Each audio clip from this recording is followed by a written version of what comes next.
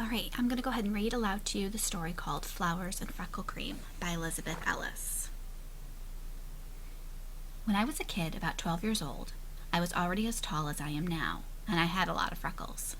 I had reached the age when I had begun to really look at myself in the mirror, and I was underwhelmed. I had a cousin whose name was Jeanette Elizabeth, and Jeanette Elizabeth looked exactly like her name sounds.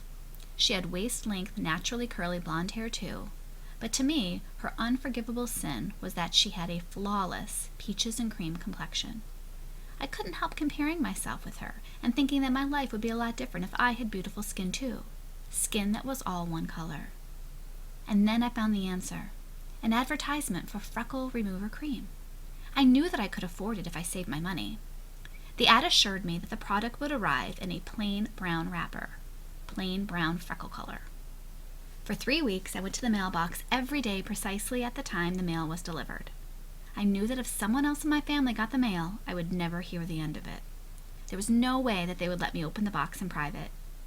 Finally, after 3 weeks of scheduling my entire day around the mail truck's arrival, my package came. I went to my room with it, sat on the edge of my bed, and opened it. I was sure that I was looking at a miracle, but I had gotten so worked up about the package that I couldn't bring myself to put the cream on. What if it didn't work? What would I do then? I fell asleep that night without even trying the stuff. And when I got up the next morning and looked at my freckles in the mirror, I said, "Mary Ellen, this is silly. You have to do it now." I smeared the cream all over my body. There wasn't as much of it as I thought there would be. I could see I was going to need a part-time job to keep me in the freckle remover. Later that day, I took my hoe and went with my brother and cousins to hoe corn, as we did nearly every day in the summer. Of course, when you stay out hoeing corn all day, you're not working in the shade. And there was something important I hadn't realized about freckle remover. If you wear it in the sun, it seems to have a reverse effect. Instead of developing a peaches and cream complexion, you get more and darker freckles. By the end of the day, I looked as though I had leopard blood in my veins, although I didn't realize it yet. When I came back to the house, knowing nothing about the freckle cream, I began saying things like, "I've never seen you with that many freckles before." And when I saw myself in the mirror, I dissolved into tears and hid in the bathroom. My mother called me to the dinner table, but I ignored her. When she came to the bathroom door and demanded that I come out and eat, I burst out the door, ran by her crying. I ran out to the well house and threw myself down. I was still sobbing when my grandfather came out to see what was wrong with me. I told him about how I'd sent for the freckle remover, and he didn't laugh, though he did suggest that one might get equally good results from finding a 4-leaf clover. It was clear that Grandpa didn't understand, so I tried to explain why I didn't want to have freckles, and why I felt so inadequate when I compared my appearance with Jeanette Elizabeth's. He looked at me in stunned surprise, shook his head, and said, "But child, there are all kinds of flowers, and they are all beautiful." And I said, "I've never seen a flower with freckles." I ran back to my room, slamming the door. When my mother came and knocked, I told her to go away. She started to say the kind things that parents say at times like that.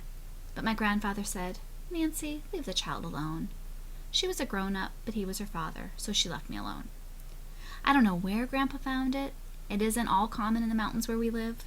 But I know he put it in my room because my mother told me later. I had cried myself to sleep that night, and when I opened my swollen, sticky eyes the next morning, the first thing I saw, lying on the pillow next to my head, was a tiger lily. Okay, you can stop here and answer the questions. And when you're done, come back, and then I'm going to read to you another passage called The Truth About Freckles. So you're going to stop here and answer the questions relating to flowers and freckle cream.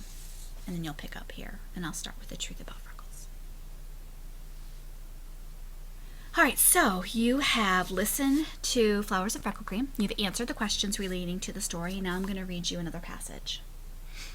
The passage below provides information about freckles and what causes them. It also contains useful information about skincare, especially for freckly skin. The truth about freckles.